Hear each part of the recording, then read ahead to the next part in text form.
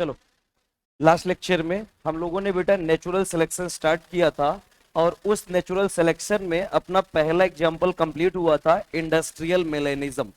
याद आ रहा है? अबे रुक जा, इतना काहे उंगली करता रहता है हर मामले में, आएगा टाइम अभी। सुनो, लास्ट लेक्चर में बेटा हम लोगों ने इवोल्यूशन में नेचुरल सिलेक्शन का एग्जाम्पल पहला कंप्लीट किया था इंडस्ट्रियल मिलेनिज्म। याद करो मैंने क्या बताया था इंडस्ट्रियल मिलेनिज्म में, कि जब तक इंग्लैंड में इंडस्ट्री नहीं थी 1850 तक, तब तक वहां पे पेपर्ड मॉथ जो व्हाइट कलर के थे उनका नंबर क्या था, ज्यादा था। और जो ब्लैक्ड पेपर मॉथ थे जिसका नाम था बिस्टन कार्बोनीफेरा, इनका नंबर क्या था, कम था। लेकिन 1920 में जब इंग्लैंड में इंडस्ट्रियलाइजेशन हुआ, तो इंडस्ट्रियलाइजेशन होने के बाद जैसे जैसे पॉल्यूशन रेट बढ़ता चला गया, वैसे वैसे लाइकेन की ग्रोथ कम होती चली गई, जिसके वजह से क्या हुआ बेटा, व्हाइट पेपर्ड मॉथ का नंबर कम होता चला गया और डार्क पेपर्ड मॉथ का नंबर बढ़ता चला गया। और यहीं पर बेटा हमारे बर्नार्ड केटलवेल ने बताया था कि इंग्लैंड में नेचुरल सिलेक्शन हुआ, जिसके वजह से एक टाइम था जब व्हाइट पेपर्ड मॉथ का नंबर ज्यादा था, डार्क पेपर्ड मॉथ का नंबर कम था।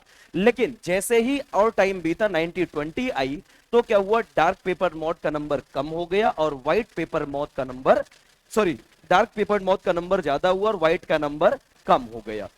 अब उसके बाद नेक्स्ट अपना एग्जाम्पल आया बेटा हमारी ड्रग रेजिस्टेंस बैक्टीरिया और पेस्टिसाइड आया हमारे इंसेक्ट में। अब ध्यान से देखो, जब ड्रग रेजिस्टेंस बैक्टीरिया की बात करते हैं एग्जाम्पल, अब यहाँ पे ध्यान से देखो हमारे कई सारे बैक्टीरिया बने हुए हैं बेटा। अब आपने जैसे कभी क्या हुआ है, अपने को कभी भी फीवर होता है या कभी भी अपने को हेल्थ में प्रॉब्लम आती है, तो अपन मेडिसिन लेते हैं। तो ये हम नहीं सोचते हैं कि मेडिसिन लेना है, लेकिन किस ट्रीटमेंट के लिए लेना है। अपने को पता भी नहीं है बैक्टीरियल डिजीज है, वायरल डिजीज है, प्रोटोजोवन डिजीज है, हेलमेंट डिजीज है, कुछ भी नहीं पता है। बस सीधा हम क्या करते हैं बेटा, एक एंटीबायोटिक चिपका देते हैं अपनी बॉडी पे। अब एक चीज बताओ, अगर कंटिन्यू अपन एंटीबॉडी लेते रहेंगे, तो इसके वजह से हमारी बॉडी एंटीबॉडी के लिए सेंसिटिव रहेगी या धीरे धीरे रेजिस्टेंस होती चली जाएगी, धीरे धीरे रेजिस्टेंस होती चली जाएगी। और एक टाइम आएगा बेटा जब आपको एंटीबायोटिक्स की नॉर्मल डोज आपके ऊपर वर्क करना बंद कर देंगे, तब अपने को क्या करना पड़ेगा, डोजेस की पावर बढ़ानी पड़ेगी। सेम वही चीज बेटा हमारे बैक्टीरिया के लिए भी हुआ। हमारे यहाँ जो पहले बैक्टीरिया होते थे 99% बैक्टीरिया एंटीबायोटिक सेंसिटिव हुआ करते थे। इसका मतलब अगर आपने बैक्टीरिया के ऊपर गलती से भी एंटीबायोटिक्स दिया तो इनकी डेथ हो जाती थी। लेकिन जब कंटिन्यू हमेशा एंटीबायोटिक्स यूज होता गया हमेशा, तो इसके साथ क्या हुआ बेटा, टाइम के साथ साथ इनकी जो बेटा सेंसिटिविटी थी वो कम होती चली गई और रेजिस्टेंस पावर क्या होता चला गया, बढ़ता चला गया। और एक टाइम ऐसा आया बेटा कि हमारे बैक्टीरिया में कुछ क्या हुए बेटा, जो एंटीबायोटिक सेंसिटिव बैक्टीरिया थे उसमें से कुछ कैसे होने लगे, हमारे रेजिस्टेंस होने लगे। अब एक चीज बताओ, अगर बैक्टीरिया एंटीबायोटिक सेंसिटिव से हमारी रेजिस्टेंस होने लगी, तो क्या इसके ऊपर एंटीबायोटिक्स का इफेक्ट पड़ेगा? जी नहीं, नहीं पड़ेगा। जो सेंसिटिव है उनके ऊपर इफेक्ट पड़ेगा, लेकिन जो रेजिस्टेंस है उनके ऊपर ये इफेक्ट देखने को नहीं मिलेगा।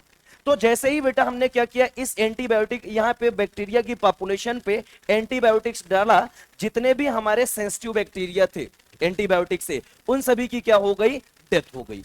लेकिन जो हमारा रेजिस्टेंस था उसका नंबर बच गया। अब एक चीज बताओ, अगर सेंसिटिव की डेथ हो गई तो यहां पे एक अपना कौन बच गया, रेजिस्टेंस बच गया। इसका मतलब नेचर ने इसको पहले से ही एडॉप्टेशन बना रखा है, इसके अंदर एडॉप्टिव फिटनेस आ चुकी है। और याद करो मैंने बताया था जिसके अंदर एडॉप्टिव फिटनेस जितनी ज्यादा होगी, रिप्रोडक्टिव फिटनेस भी उतनी अच्छी होगी। जिसकी रिप्रोडक्टिव फिटनेस अच्छी होगी उसके अंदर आने वाली ओरिजिन ऑफ न्यू स्पीसीज ज्यादा हो। तो यहां पे आपने एंटीबायोटिक्स दिया तो हमारी सारी की सारी एंटीबायोटिक सेंसिटिव बैक्टीरिया की डेथ हो गई। लेकिन जो एंटीबायोटिक रेजिस्टेंस थे वो तो बच गए। भाई जो बचा ये कौन है बेटा, हमारा एंटीबायोटिक रेजिस्टेंस है।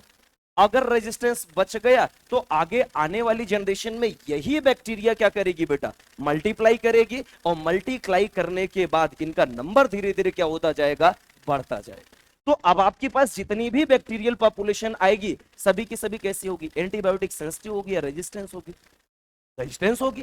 तो एक चीज बताओ, क्या आप इनको आप नॉर्मल एंटीबायोटिक से किल कर सकते हो? नहीं, आपके पास एक ही ऑप्शन है, एंटीबायोटिक्स की डोज को बढ़ाना पड़ेगा। लेकिन आपको क्या लग रहा है, आप एंटीबायोटिक्स की डोज को बढ़ाओगे तो क्या इनकी सेंसिटिविटी वही बनी रहेगी?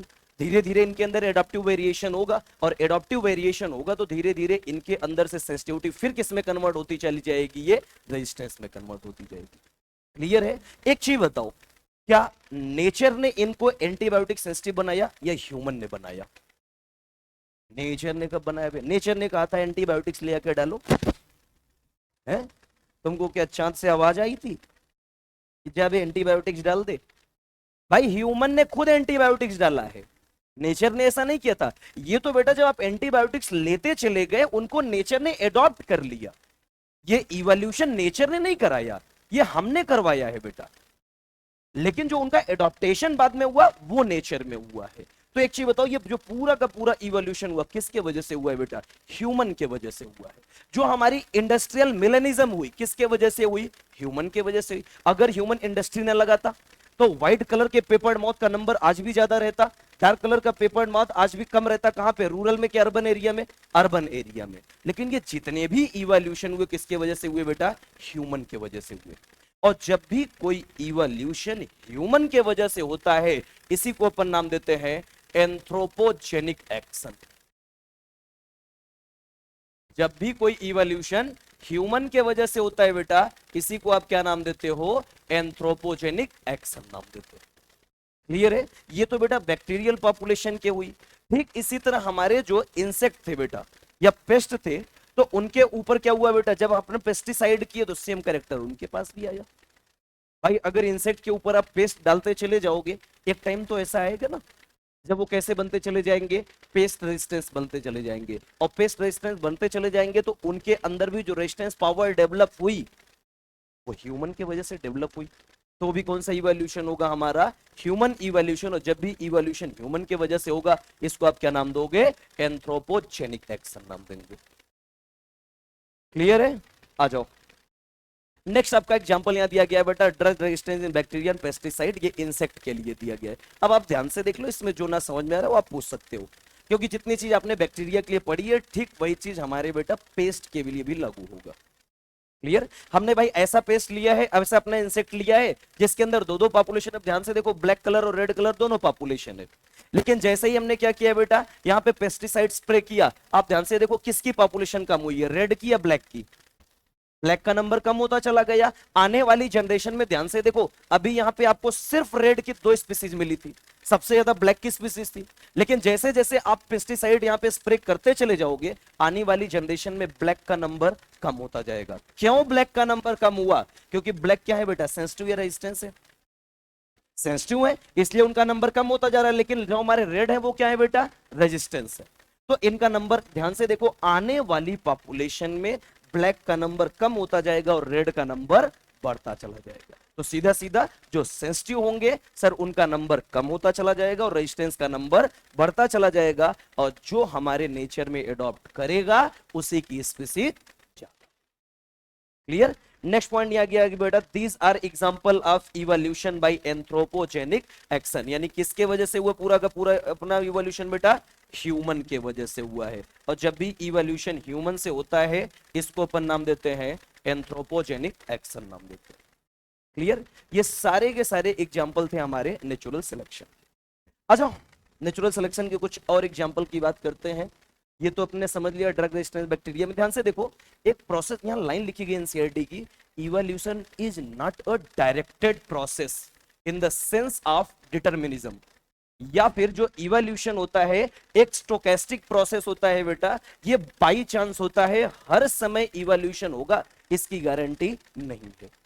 अब एक चीज बताओ, हमने आपको क्या बताया था भाई, जब तक अपने इंग्लैंड में इंडस्ट्री नहीं थी तब व्हाइट पेपर्ड माउथ का नंबर ज्यादा था और डार्क का नंबर कम था।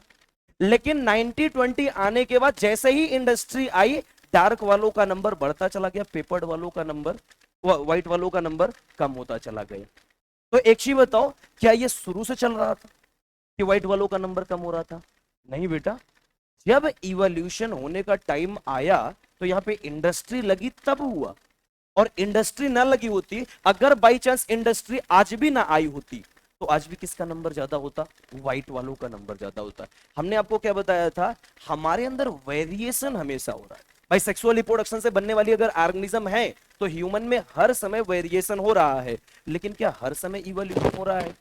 नहीं, हर समय इवोल्यूशन नहीं हो रहा है। वेरिएशन तो हमेशा हो रहा है, लेकिन इवोल्यूशन तब होगा जब हमारे कैरेक्टर पूरे के पूरे चेंज हो जाए या कोई नई स्पीसीज देखने को मिले। और याद करो, जब हम लोगों ने बेटा वेरिएशन पढ़ा था, तो याद करो वेरिएशन मैंने दो टाइप के बताए थे। एक हमारा माइक्रो वेरिएशन आया था और एक मैक्रो वेरिएशन आया था। हमने बताया था जो हमारे नेचुरल सिलेक्शन में वेरिएशन को इंक्लूड किया गया है, जिसको अपन डार्विनियन माइक्रो वेरिएशन नाम देते हैं, वो सेक्सुअल रिप्रोडक्शन की वजह से होता है। लेकिन हर समय इवोल्यूशन होगा इसकी गारंटी नहीं है। इवोल्यूशन कैसी होती है बेटा? बाई चांस प्रोसेस होती है, based on chances event in the nature. Nature में अगर कोई चेंजिंग आएगी तभी इवोल्यूशन होगा, ऐसे इवोल्यूशन होने का कोई पॉसिबिलिटी नहीं। क्लियर? आ जाओ आगे चलते हैं बेटा। नेक्स्ट आता है सिकल सेल एनीमिया। आ जाओ, इसके बारे में तो आप जेनेटिक्स में पढ़ चुके होगे। अभी नहीं पढ़े? जेनेटिक्स आई नहीं? सिकल सेल एनीमिया तो जिंदगी में पढ़े होगे। कौन से डिसऑर्डर है sickle cell anaemia? Autosomal, recessive या डोमिनेंट? रिसेसिव। ऑटोसोमल का मतलब क्या होता है? जो हमारे 22 पेयर में किसी भी क्रोमोसोम में डिजीज देखने को मिले, इसी को आप क्या नाम देते हो? ऑटोसोमल नाम देते हैं। और अगर कोई हर एक जनरेशन में डोमिनेंट जीन की वजह से है, उसको नाम देते हैं ऑटोसोमल डोमिनेंट, और रेसेसिव जीन की वजह से है तो उसको क्या नाम देते हैं? ऑटोसोमल रेसेसिव नाम देते हैं। तो एक आपका एग्जांपल है बेटा सिकल सेल एनीमिया और मलेरिया। अब ध्यान से देखो, हमने क्या बताया? हमने आपको पहले भी बताया था, म्यूटेशन आज हुआ, हो सकता है आज वो हार्मफुल हो, लेकिन आने वाले टाइम में वो कैसा हो सकता है? यूजफुल हो सकता है आज के लिए हमारे लिए हार्मफुल हो। यही तो हुआ था इंग्लैंड में। भाई एक चीज बताओ, अगर व्हाइट कलर में म्यूटेशन ना आया होता, ब्लैक कलर वाले ना आए होते, तो आज इंडस्ट्री आने पर क्या वहां पेपर्ड मौत बचते? नहीं बचते बेटा। लेकिन म्यूटेशन हुआ था जिसका फायदा उनको मिला। क्लियर है? आ जाओ, एक दिया गया बेटा सिकल सेल एनीमिया। याद करो, आपने पढ़ा है सिकल सेल एनीमिया का जो जीन प्रेजेंट होता है वो क्रोमोसोम नंबर 11 पे होता है। नाम सुने हो? और जो क्रोमोसोम नंबर 11 होती है बेटा, वहां पे आपने पढ़ा है कि जो अपनी हीमोग्लोबिन होती है बेटा, दो चेन से मिलकर बनी होती है, अल्फा चेन और बीटा चेन। अल्फा चेन जो होती है कितने अमाइनो एसिड से मिलकर बनी होती है? 141। और बीटा चेन 146 अमाइनो एसिड से मिलकर बनी होती है। तो जब अपन सिकल सेल एनीमिया की बात करते हैं, इसमें कौन सी चेन में म्यूटेशन होता है बेटा? अपनी बीटा चेन में म्यूटेशन होता है। और जब बीटा चेन में म्यूटेशन होता है तो जो 6th पोजीशन होती है बेटा, 6th पोजीशन की वैलिन किस में कन्वर्ट हो जाती है बेटा? ग्लूटामिक एसिड में कन्वर्ट हो जाती है। और 6th पोजीशन पे एक चीज बताओ, अपना वैलिन कन्वर्ट हो गया ग्लूटामिक एसिड में, तो आपको क्या लग रहा है हमारी जो बीटा ग्लोबिन चेन है वो नॉर्मल रहेगी या एबनॉर्मल हो जाएगी? एबनॉर्मल हो जाएगी। कौन से क्रोमोसोम पे देखने को मिला? 11th क्रोमोसोम पर देखने को मिला। तो एक चीज बताओ, 11th क्रोमोसोम ऑटोसोमल है या सेक्स क्रोमोसोमल है? ऑटोसोमल। इसीलिए सिकल सेल एनीमिया को क्या नाम देते हैं? ऑटोसोमल रिसेसिव डिसऑर्डर नाम देते हैं। क्लियर? अब अपनी जो हीमोग्लोबिन होती है बेटा, अपने हीमोग्लोबिन के जो जीन होते हैं वो नॉर्मल जीन होती है बेटा, HbA। इसको अपन नाम देते हैं बेटा नॉर्मल जीन। क्लियर है? लेकिन अगर इवोल्यूशन हुआ या म्यूटेशन हुआ तो ये एक HbA कन्वर्ट हो जाती है किसमें? HbA-HbS में। अगर हल्का सा बिल्कुल पॉइंट म्यूटेशन हुआ है, बिल्कुल बहुत ज्यादा म्यूटेशन हुआ, नॉर्मल म्यूटेशन हुआ है, तब HbA-HbS जीन आता है। लेकिन अगर म्यूटेशन पूरी तरह से हो गया तो यही बेटा HbA किस में कन्वर्ट हो जाता है? HbS-HbS में कन्वर्ट हो जाता है। अब आप गेस करके देखो, आपकी जो नॉर्मल जीन थी बेटा HbA, वो किस में कन्वर्ट हो चुकी है? HbS में कन्वर्ट हो चुकी है। अगर हमारी नॉर्मल हीमोग्लोबिन, याद करो हीमोग्लोबिन का शेप मैंने कैसा बताया था? बाइकॉन्केव, याद आ रहा है? अब जब बताओ हीमोग्लोबिन हमारी बाइकॉन्केव, इसके अंदर आप म्यूटेशन कराते जाओगे तो यही हमारी जो बाइकॉन्केव होंगी बेटा हमारी हीमोग्लोबिन, ये किस में कन्वर्ट हो जाएंगी बेटा? सिकल सेल में कन्वर्ट हो जाएंगे। और याद करो मैंने क्या बताया था? बाइकॉन्केविटी होने की एक फायदा, सरफेस एरिया ज्यादा होगा, इसलिए गैसियस एक्सचेंज भी यहां से ज्यादा होंगे। आप इस बाइकॉन्केविटी को कम करके किस में कन्वर्ट कर रहे हो बेटा? सिकल सेल शेप में कन्वर्ट कर रहे हो। तो एक चीज बताओ, इसके अंदर सरफेस एरिया ज्यादा होगा या कम होगा? कम होगा सरफेस एरिया। सरफेस एरिया कम तो गैसियस एक्सचेंज भी कम होगी, और अगर गैसियस एक्सचेंज कम हुई तो ऐसे में बेटा पर्सन को जॉन्डिस हो सकती है, एनीमिया हो सकती है, यहां पे हमारी हीमोग्लोबिन थिक होती चली जाएंगी, और हमेशा बेटा हीमोग्लोबिन और जॉन्डिस बनती चली गई, परनीसिस, एनीमिया और जॉन्डिस, तो ऐसे में पर्सन की डेथ हो जाती है। क्लियर? याद रखना, अगर सिकल सेल अफेक्टेड है पर्सन तो वो कभी भी सरवाइव नहीं कर पाएगा।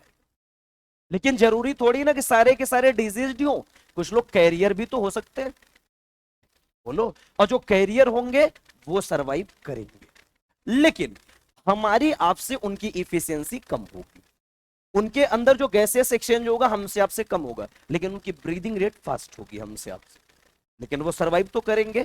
लेकिन एक चीज बताओ, ये यूजफुल है या हार्मफुल म्यूटेशन? म्यूटेशन तो हार्मफुल है, लेकिन हमारे आपके लिए हार्मफुल है बेटा। यही बेटा साउथ अफ्रीका की जो टेरेस्ट्रियल रीजन है, वहां पे यही हमारी बेटा कैरियर जीन यूजफुल है, क्योंकि जो बेटा अफ्रीका के टेरेस्ट्रियल रीजन में सबसे ज्यादा बेटा मलेरिया डिजीज देखी गई, सबसे ज्यादा मलेरिया डिजीज।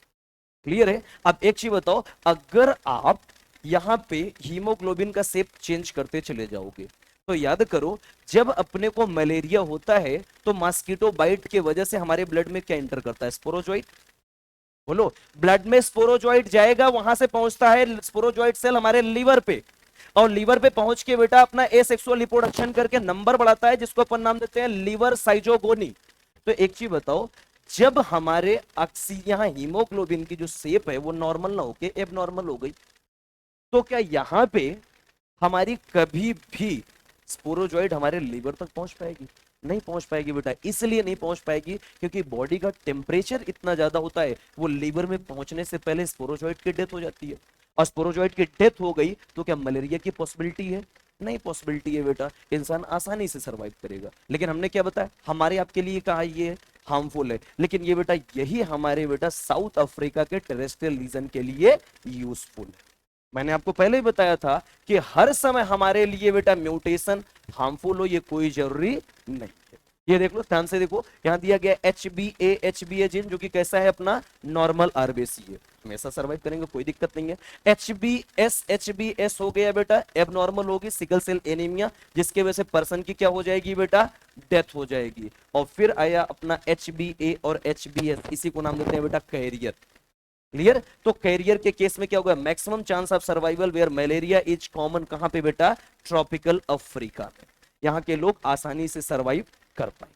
तो एक चीज बताओ, ये कौन सा सिलेक्शन है हमारा? नेचुरल सिलेक्शन है कि नहीं? क्या इंसान ने जाके म्यूटेशन करवाया था?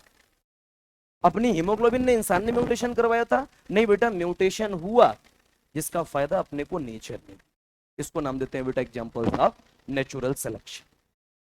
आ जाओ, नेक्स्ट आता है बेटा जेनेटिक बेसिस ऑफ एडॉप्टेशन। देखो, जेनेटिक बेसिस ऑफ एडॉप्टेशन में जितनी कहानी लिखी गई है, आपको कोई कहानी कभी नहीं याद रखना, सिर्फ और सिर्फ इसमें याद करने के लिए सिर्फ इतना पॉइंट है, और इतने से आप पूरा क्वेश्चन कर जाओगे बेटा।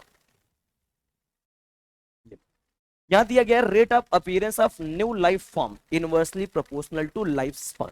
अब देखो, जिसको अपन नाम देते हैं rate of appearance of new life form, इसी को अपन नाम देते हैं बेटा वेरिएशन। अब ध्यान से देखो, आप भी जानते हो बेटा rate of appearance of new life form. अगर आप न्यू लाइफ फॉर्म की बात कर रहे हैं, इसका मतलब आप ओल्ड से न्यू में जाने की कोशिश कर रहे हैं, और ओल्ड से जब भी आप न्यू लाइफ फॉर्म में जाओगे, वेरिएशन तो होगा ही।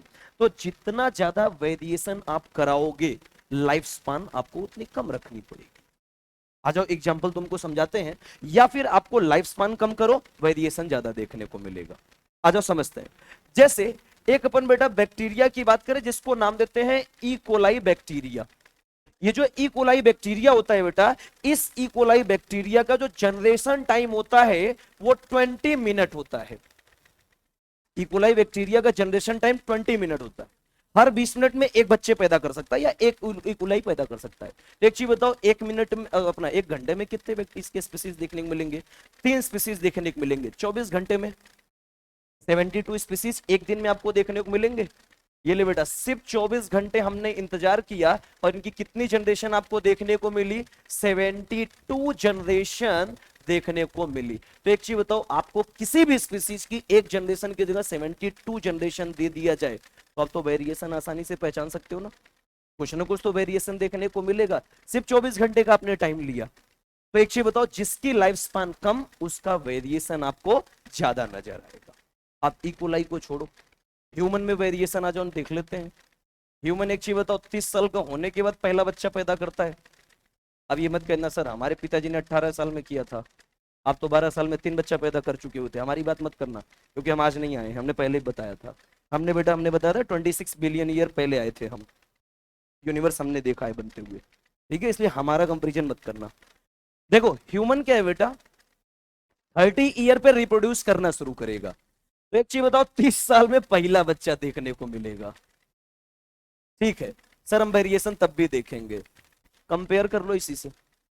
72 जनरेशन चाहिए इंसान की, कितने साल चाहिए? 72 जनरेशन अगर आपको इंसान की देखनी है, ज्यादा दिन मत जिंदा रहो बेटा, सिर्फ और सिर्फ 2160 साल तक जिंदा रह जाओ, आपको देखने को मिल जाएगी 72 जनरेशन।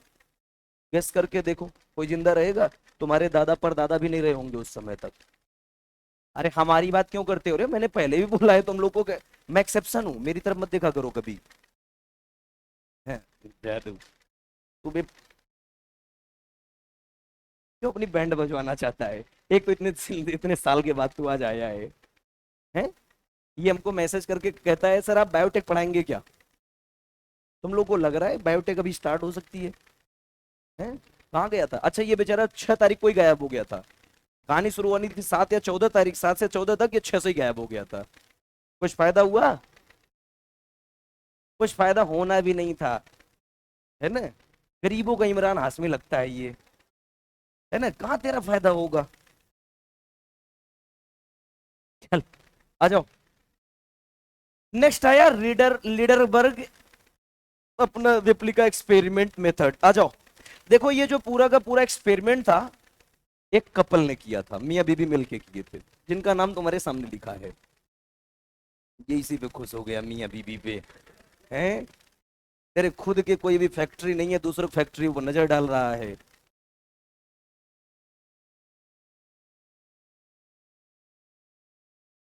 आ जाओ, बहुत ही आसान है, इसमें कुछ सोचना नहीं है। जो बेटा हमारी लीडरबर्ग थे दोनों लोग, देखो एक थे हमारे इथर लीडरबर्ग, इनकी वाइफ थी जोशुआ लीडरबर्ग। दोनों फ्री फोकट बैठे हुए थे, कोई काम था नहीं, बाकी जो काम था वो तो नाइट वाला था, तो दिन में तो कोई काम करेंगे। तो दिन में इन लोगों ने क्या किया बेटा, एक बैक्टीरिया की कॉलोनी ली, है ना? बैक्टीरिया की कॉलोनी ली और जिस प्लेट में रखी उसको नाम दिया गया मास्टर प्लेट। और क्या किया बेटा, जिस प्लेट पे अपनी बैक्टीरिया लिया था, और एक स्पीसीज नहीं लिया था, यहाँ पे 5-5 स्पीसीज ले लिया बैक्टीरिया की। ठीक है, आपकी 5 स्पीसीज लिखी गई, ABCDE, तुम जो लिखना हो 1 2 3 4 5 XZ जो लिखना हो लिख लो आराम से। ठीक है, इन्होंने क्या किया बेटा, एक प्लेट में लिया और इन्होंने साथ साथ लिया बेटा red velvet paper. Red velvet paper ले आके यहाँ पे स्टैंप लगाए और उस रेड वेलवेट पेपर को ले जाके दूसरी जगह पे रखा। लेकिन शर्त क्या थी, यहां पे जो इन्होंने लिया था बैक्टीरिया पूरा का पूरा अगर अगर मीडियम में लिया था। मीडियम कौन सा था हमारा? अगर अगर। अब ध्यान से देखो, जब अगर अगर मीडियम में इन्होंने 5 स्पीसीज लिया था, तब इन्होंने ध्यान से देखा कि सारे के सारे मेंबर यहां पे सरवाइव कर रहे थे। इनको लगा ले आउट ट्राई करते हैं, क्या ये हर एक मीडियम में सभी लोग सरवाइव कर पाएंगे? तो इन्होंने क्या किया बेटा, एक रेड वेलवेट की पेपर लेके आए, यहां पे लगाया और दूसरे प्लेट पे ले जाके वही वेलवेट को चिपका दिया। और जब दूसरे प्लेट पर ये लेके आए बैक्टीरिया को, तब इन्होंने देखा, पहले लेके आए एक नॉर्मल मीडियम में और इन्होंने क्या किया बेटा, एक बार इन्होंने लिया अगर अगर और पेनिसिलियम और एक बार सिर्फ लिया अगर अगर। तो एक चीज बताओ, अगर अगर अगर मीडियम में इनको लेके आओगे तो सारे के सारे सरवाइव करेंगे, लेकिन जब आप ले जाओगे अगर अगर और पेनिसिलियम में, तो जो पेनिसिलिन सेंसिटिव होंगे उनकी क्या हो जाएगी, डेथ हो जाएगी।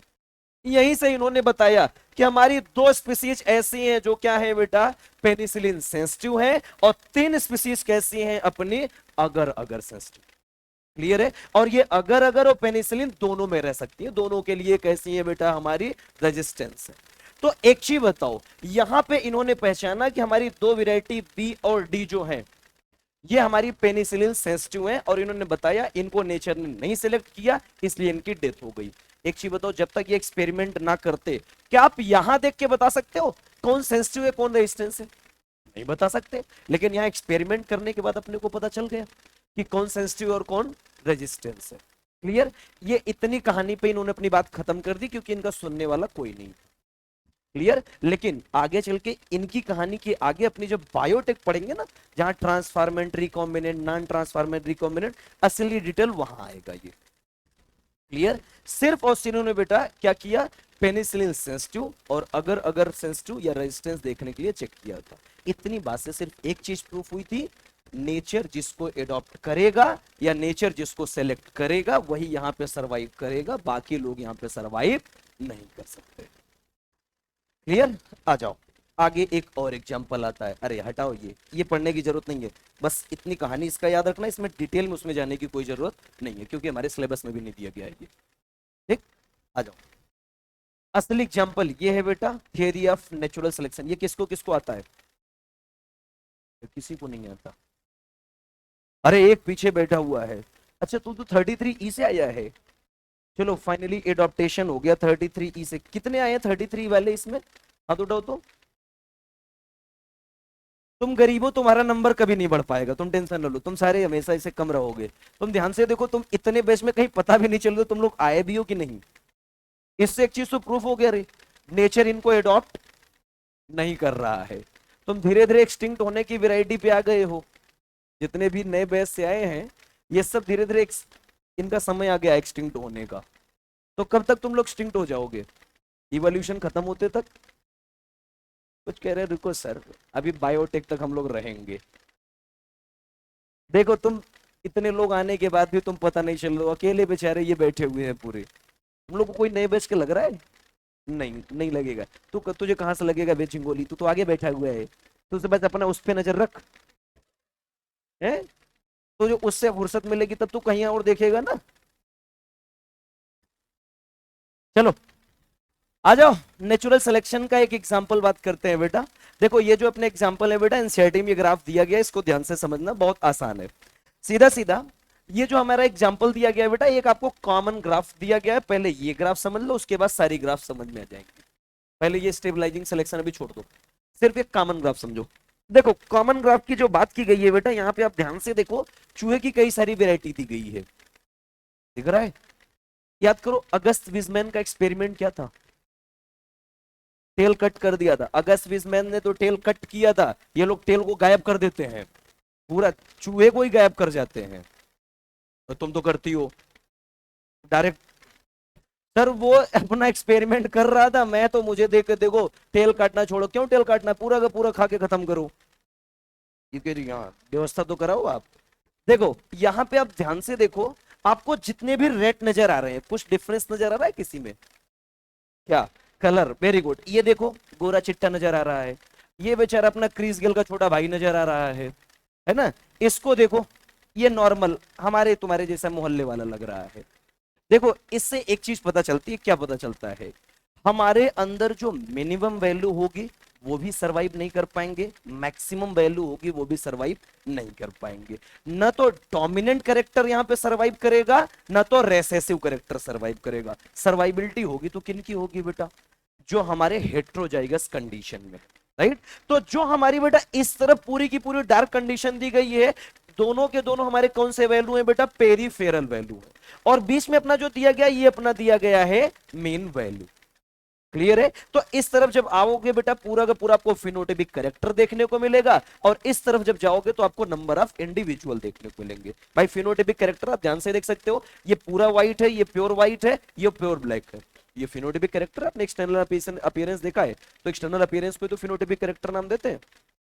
आ जाओ, जब यहाँ पे फिनोटाइपिक कैरेक्टर की बात की गई तो ध्यान से देखो, ये वैल्यू और ये वैल्यू देखो, जिनका फिनोटाइपिक कैरेक्टर एक्सट्रीम कंडीशन पे है उनकी सर्वाइबिलिटी के चांसेस कम होते जा रहे हैं, उनका नंबर ऑफ स्पीसीज क्या होता जा रहा है?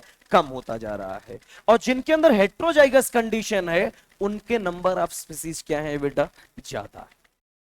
क्लियर, ये आपका एक नॉर्मल ग्राफ है। अब आ जाओ बेटा, इसको एग्जांपल से समझते हैं। हमारा पहला एग्जांपल आता है स्टेबलाइजिंग सिलेक्शन। अब ये स्टेबलाइजिंग सिलेक्शन क्या होता है? स्टेबलाइजिंग सिलेक्शन का मतलब होता है जनरेशन टू जनरेशन जिसका नंबर हमेशा क्या रहे बेटा? स्टेबल रहे, इसी को नाम देते हो stabilising selection. Clear. Stabling selection का अपन एक एग्जांपल लेते हैं बेटा, ह्यूमन बेबी के वेट का। आ जाओ, ये ह्यूमन बेबी नजर आ रहा है? नहीं नजर आ रहा है? आके फोड़ ले तू अपनी, तुझे नजर आ रहा है ना? झिंगोली, अगर तूने मना कर दिया ना, कंटाप लगा दूंगा। तुझे नजर आ रहा है ना? हाँ देखो, झिंगोली के अपने नजर आ गया, तुझे नजर आने की कोई जरूरत नहीं। सुनो, अगर ह्यूमन बेबी के वेट की बात करें, आपने देखा है कभी बच्चे पैदा होते हुए? तो बड़ा दुख है, सर हमने नहीं देखा है आज तक। इंतजार कर, आएगा टाइम तेरा, इससे संपर्क दिखा देगा ये। ठीक है, सुनो, आप ह्यूमन बेबी के वेट की बात कीजिए बेटा। अच्छा एक चीज बताओ, कितना वेट हो सकता है ह्यूमन बेबी का? 5 किलो, 10 किलो, जिस दिन पैदा होता होगा? कितना? 10 किलो, 4 to 5 kg। ये अपनी शरीर देख के क्यों बताता है तू? ऐसा ही होता है। तू कितना था? 6 किलो? बहुत पतला था। अच्छा, once upon a time sir अचानक से खाना बहुत ज्यादा आ गया जिसकी वजह से हम मोटे होते चले गए। क्या बदतमीजी है। सुनो, देखो, जो ह्यूमन बेबी का बेटा बर्थ के समय एवरेज वेट होता है वो होता है मैक्सिमम 3.3 या 3.4 kg, मैक्सिमम वेट इस समय। और जरूरी नहीं हर समय यही वेट हो बेटा। कभी कभी क्या होता है, कुछ बच्चे ऐसे भी हो जाते हैं बेचारे गरीब टाइप के होते हैं जो 2.5 kg के हो जाते हैं, और कुछ ऐसे भी होते हैं जो थोड़ा सा हरामी टाइप के होते हैं। तू नहीं बोला था, है ना? कुछ ऐसे भी होते हैं बेटा 4.5 करो, अब गेस करके देखो भाई, इतने छोटे से रास्ते से 4.5 किलो का आप बेबी लेके आओगे, क्या बीतेगी रे? लेकिन इसके दिमाग में जानते हो क्या चल रहा है? सर सन्नी देओल तो गड्डी लेके आया था, मैं तो 4.5, अरे बोलता नहीं सन्नी देओल, मैं निकला गड्डी लेके। तो सोचो हेमा मालिनी पे क्या बीता होगा। भाई पूरी पूरी गड्डी लेके आ गया था वो। लेकिन टेंशन ना लो, हेमा मालिनी का बच्चा ही नहीं है। कुछ बेचारों के दिल पे सांप लौट गया। सर ऐसा मत कहो, हम उसको लाइक करते हैं। भाई वो तुम्हारी दादी की उम्र की है। आ जाओ, देखो, जब यहाँ पे बेटा आपने ह्यूमन बेबी का वेट लिया, तो जो हमारे बेटा 3.3 kg के हैं या जो एवरेज वेट के हैं, ये क्या हुआ बेटा, धीरे धीरे आने वाले टाइम में जब देखा गया, जो लो वेट वाले हमारे या अंडर वेट वाले बेबी आ रहे थे, ये पूरी तरह से सरवाइव नहीं कर पा रहे थे। इनकी धीरे धीरे क्या होती जा रही थी बेटा? डेथ हो जा रही थी। और या फिर जो हमारे ओवरवेट वाले बेबी आ रहे थे, ये भी कुछ सरवाइव कर पा रहे थे, या कुछ की क्या होती जाती थी? डेथ होती जाती थी। लेकिन जो हमारे बेटा एवरेज वेट के बेबी आते थे, ये एवरेज वेट के बेबी क्या होते गए? सरवाइव करते गए। अब एक चीज बताओ, इनका भी डेथ होता जा रहा है, इनका भी डेथ होता जा रहा है। तो एक चीज बताओ बेटा, सरवाइव कौन करेंगे ज्यादा? जो हमारे एवरेज वेट के बेबी हैं, इनका नंबर क्या हुआ बेटा? धीरे धीरे आने वाले समय में यही ग्राफ क्या हुआ बेटा? मीन वैल्यू की तरफ पीक पे बढ़ता चला गया, और हमारी दोनों की दोनों पेरीफेरल वैल्यू क्या हो गई बेटा? कम होती चली गई। अब ध्यान से देखो, जब तक नेचुरल सिलेक्शन नहीं हुआ था, अब ये देखो, नेचुरल सिलेक्शन के पहले आपका ग्राफ कुछ इस तरह से था। जब हमारे बेबी कौन से आ रहे थे बेटा? 2.5 kg के भी और 4.5 kg के भी। लेकिन अगर ये स्पीसीज की डेथ हो रही, इसकी भी डेथ हो रही, तो नंबर किसका बढ़ रहा है? 3.3 का बढ़ रहा है, जिसके वजह से ये ग्राफ आपकी बेटा किधर आएगी? मीन की तरफ आएगी, और इसी की एक्सट्रीम वैल्यू क्या होती चली जाएगी? हाई होती चली जाएगी। क्यों इनकी डेथ हो गई? क्योंकि इनको नेचर ने ज्यादा से ज्यादा सेलेक्ट किया है। इसलिए क्या हुआ बेटा, जो मीन वैल्यू थी आने वाले टाइम में बढ़ती चली गई। इसी को नाम दिया गया स्टेबलाइजिंग सिलेक्शन। क्लियर है? एग्जांपल आपके सामने लिखा गया है बेटा, average body weight of new born babies in human. Clear? आ जाओ, नेक्स्ट अपन बात करते हैं बेटा, अपना आता है डायरेक्शनल सिलेक्शन। अब डायरेक्शनल सिलेक्शन क्या है बेटा? किसी एक डायरेक्शन में सिलेक्शन हो, या तो हमारा राइट साइड का एक्सट्रीम वैल्यू बढ़ेगा या लेफ्ट साइड का एक्सट्रीम वैल्यू बढ़ेगा। क्लियर? अपना मीन वैल्यू यहां पे देखने को नहीं मिलेगा। आ जाओ, तुम्हारे सामने बना हुआ है बेटा ये ग्राफ, ध्यान से देखो। एक ग्राफ ये दिया हुआ है जो अपन शुरू से पढ़ते आ रहे हैं। क्लियर? ये आपके नॉर्मल ग्राफ है। एग्जांपल लेते हैं बेटा, चलो चलते हैं इंग्लैंड में घूमने। ठीक है, इंग्लैंड में गए घूमने। सबसे पहले बात करेंगे बेटा अपन 1850 के टाइम की। जब 1850 की बात करोगे, कौन से पेपर्ड मौत का नंबर ज्यादा था? व्हाइट कलर के पेपर्ड मौत यानी कि बिस्टन बेटुलेरिया का नंबर ज्यादा था। आफ्टर द 1920 किसका नंबर बढ़ गया बेटा? डार्क कलर का नंबर बढ़ता चला गया, जिसको नाम दिया गया था बिस्टन कार्बोनिफेरा। तो एक चीज बताओ बेटा, जब तक इंडस्ट्री नहीं आई थी तब तक कौन सरवाइव कर रहे थे? अपने व्हाइट कलर वाले। क्लियर? अब आप ध्यान से देखो, ये है आपका बेटा एवरेज कलर, ये है अपना व्हाइट कलर, और ये है dark colour. Clear? Normal graph तो हमारी होती है जब तक सिलेक्शन नहीं हुआ है सर, दोनों के दोनों सरवाइव कर रहे हैं। लेकिन जैसे ही नेचुरल सिलेक्शन शुरू हुआ बेटा, जैसे ही बेटा प्रेडेटर ने इनको खाना शुरू किया, किसका नंबर बढ़ता कम होता जाएगा? हमारे डार्क वालों का नंबर कम होता जाएगा और व्हाइट वालों का नंबर बढ़ता चला जाएगा। तो अगर व्हाइट ये कलर है तो क्या हम ये नहीं कह सकते कि सर ग्राफ तो हमारा इस तरफ शिफ्ट होता चला जाएगा? बोलो, ग्राफ हमारा किधर शिफ्ट होता चला जाएगा? व्हाइट कलर में शिफ्ट होता चला जाएगा। जैसे जैसे टाइम बीतेगा बेटा, एक समय तो ऐसा भी आएगा ना, पूरी की पूरी पीक किधर बनेगी? अपनी व्हाइट कलर की तरफ बनेगी। क्लियर है? ये कौन सा हुआ बेटा? बिफोर इंडस्ट्रियलाइजेशन की बात हुई। ये कब की बात हुई है बेटा? बिफोर इंडस्ट्रियलाइजेशन, या कह सकते हो ये कब की बात है बेटा? 1850 की बात हो रही है। क्लियर? लेकिन 1920 के बाद की बात करो, 1920 में इंडस्ट्री आई। 1920 में इंडस्ट्री आने के बाद क्या चमत्कार देखने को मिला? पहले किसका नंबर ज्यादा था? व्हाइट कलर का। इंडस्ट्री आई, टाइम के साथ साथ क्या होते गए बेटा? व्हाइट वाले कम होते गए, डार्क का नंबर बढ़ता गया, तो हमारी ग्राफ धीरे धीरे किधर जाने लगी?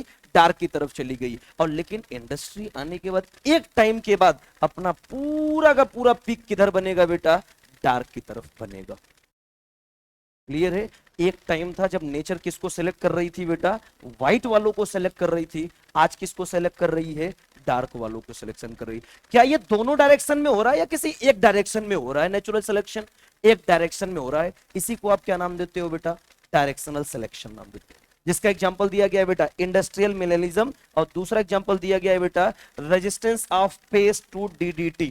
ये तो आप समझ ही सकते हो, resistance of pest to DDT. भाई जब तक आपने इंसेक्टिसाइड स्प्रे नहीं किया था तब तक ब्लैक का नंबर ज्यादा, या सीधा सीधा जो हमारे सेंसिटिव और रेजिस्टेंस थे उसमें हमारे सेंसिटिव का नंबर ज्यादा था, रेजिस्टेंस का नंबर कम था। स्प्रे अपन कर दिए जब पेस्टिसाइड, तो धीरे धीरे सेंसिटिव का नंबर कम होता चला गया, रेजिस्टेंस का नंबर बढ़ता चला गया।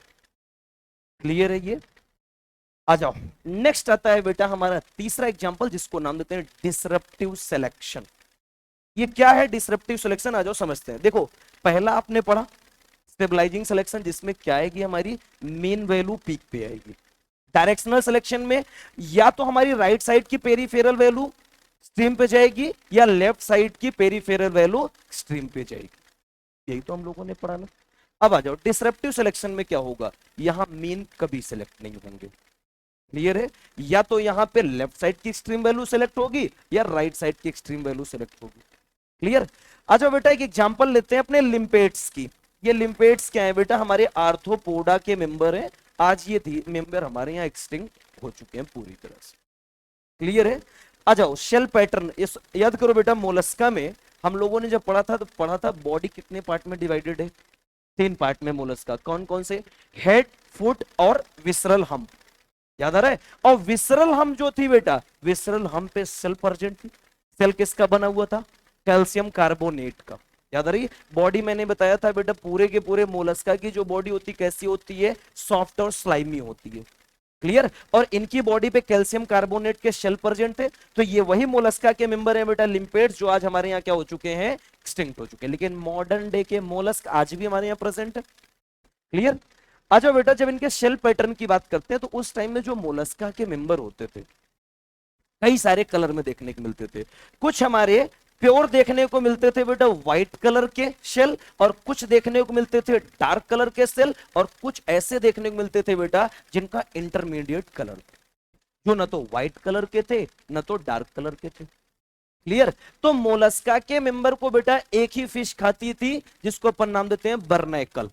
बर्नैकल का नाम सुनो, जब इकोलॉजी पढ़ोगे ऑर्गेनिज्म एंड पॉपुलेशन, जब वहां म्यूचुअलिज्म आएगा वहां पे बर्नैकल आपके एग्जांपल में आएगा, राइट। बर्नैकल जो व्हाइट कलर की होती है बेटा, ये व्हाइट बर्नैकल का एक ही काम था, जो लिम्पे पूरे के पूरे हमारे मोलस्का के मेंबर थे इनको खाने का काम करती थी। तो एक चीज बताओ, बर्नैकल की जो कलर होती है बॉडी की वो व्हाइट कलर की होती है, बर्नैकल का कलर व्हाइट कलर। हमारे लिम्पेट्स के कुछ मेंबर कैसे हैं, व्हाइट कलर के, कुछ कैसे हैं डार्क कलर के, कुछ कैसे हैं इंटरमीडिएट कलर के। तो यहां पे बेटा जो व्हाइट कलर वाले हमारे लिम्पेट्स थे ये बचने के लिए बर्नैकल की कॉलोनी में जाके रहने लगे। अब एक चीज बताओ, व्हाइट कलर के ये भी हैं, व्हाइट कलर का अपना बर्नैकल भी है, तो वहां पहुंचने के बाद उसकी बॉडी पे कैमोफ्लेक्स शो करेंगे कि नहीं करेंगे, 100% कैमोफ्लेक्स शो करेंगे, और बर्नैकल पहचान ही नहीं पाएगा ये लिम्पेट्स है या हमारे ही भाई बहन यहाँ बैठे हुए हैं। तो एक चीज बताओ, एक चीज तो पता चल गया, व्हाइट वाला बच जाएगा, इसने अपनी जिंदगी को बचा लिया, राइट। कौन सी अपनी एक्सट्रीम वैल्यू आई बेटा, लेफ्ट साइड की एक्सट्रीम वैल्यू तो बच गई, क्लियर, सॉरी राइट साइड की एक्सट्रीम वैल्यू बच चुकी है। लेफ्ट साइड की बात करो बेटा, जो डार्क कलर के हैं ये बेटा जो पूरे के पूरे ओशन में छोटे छोटे डार्क कलर के रॉक्स थे, उस रॉक्स पे जाके बैठना शुरू कर दिए। अब डार्क कलर का रॉक्स और डार्क कलर की इनकी बॉडी, तो इनको भी क्या बर्नैकल पहचान पाएगा, नहीं पहचान पाएगा, ये भी बेटा अपने आप को बचा ले गए, यानी लेफ्ट साइड की एक्सट्रीम वैल्यू भी बच गई। इनकी बात करो, अब ऐसे लोग हैं बेचारे न घर के न घाट के, बर्नैकल के पास जाए तब भी पहचाने जाएंगे और रॉक्स पे बैठ जाएं तब भी पहचाने जाएंगे, चाहे जहां जाओ। तो एक चीज बताओ, धीरे धीरे आने वाले टाइम में, हमने कहा जब तक नेचुरल सिलेक्शन नहीं हुआ था उस समय हमारा मेन वैल्यू सरवाइव कर रहा था और एक्सट्रीम वैल्यू धीरे धीरे कम होती जा रही थी। लेकिन बेटा जब व्हाइट वालों ने बर्नैकल के साथ कैमोफ्लेक्स शो कर दिया, डार्क वालों ने बेटा डार्क रॉक्स के साथ कैमोफ्लेक्स शो किया, तो ये दोनों तो अपनी बॉडी को बचा ले गए, लेकिन कौन नहीं बचा पाया बेटा, जो अपनी मीन वैल्यू थी वो क्या अपने आप को बचा नहीं पाई। इसलिए हमारे दोनों के दोनों एक्सट्रीम वैल्यू सरवाइव करेंगे, और जबकि हमारी बेटा धीरे धीरे मीन वैल्यू क्या होती जाएगी, कम होती जाएगी। तो आने वाले टाइम में नेचर ने किसको सेलेक्ट किया बेटा, व्हाइट कलर को और डार्क कलर को। ये व्हाइट और डार्क सरवाइव करेंगे और दूसरी स्पीसीज सरवाइव नहीं करेगी। क्लियर। फाइनली पूरा का पूरा अपना इवोल्यूशन फिनिश। एक आखिरी पार्ट, अब इंसान कैसे आए। अभी तक तो तुम ये पढ़ रहे थे, जिसका यूज ज्यादा करेंगे उसकी साइज बढ़ जाएगी, बड़ी क्या, आज तक तो बड़ी नहीं बेचारे की, है ना, यूज तो पिछले 5 साल से कर रहा है साथ में रह के। चलो पहचानो अपने भाई बहनों को, नजर आ रहा है, ऐसे क्या दांते दिखा रहे हो, तुम्हारा ही छोटे भाई हैं दोनों, है ना, देख के नहीं, अच्छा तुम लोग को देख के नहीं लग रहा है बुआ जी का छोटा भाई है दोनों, है ना, एक बड़ी बुआ का भाई एक छोटी बुआ का भाई। तो मैंने तुम्हारा नाम नहीं लिया, हमने छोटी बुआ बोला है, ये सोच रही सर अब हमें क्यों लपेट रहे हो आप।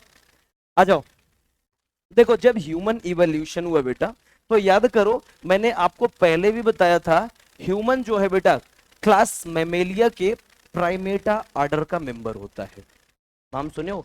और हमारे अर्थ पे जो फर्स्ट प्राइमेट्स आए थे वो कौन आए थे बेटा, ट्री श्रिप्स आए थे। आधों को याद ही नहीं है, अबे याद करो हिस्ट्री ऑफ इवोल्यूशन, याद है यूनिवर्स कब बनी थी, 20 बिलियन ईयर एगो। अर्थ कब बना था, 4.5 billion year ago. First life कब आई थी, 4 billion year ago. First non cellular life कब आई थी, 3 billion year ago. First cellular life कब आई थी, 2 बिलियन ईयर एगो। ये तो हुआ था ना। फर्स्ट वर्टिब्रेट कब आए थे बेटा हमारे, रुक गई सर गाइड, अब नहीं, 350 million year ago first vertebrate आए थे, और 500 मिलियन ईयर एगो हमारा इनवर्टिब्रेट्स आया था।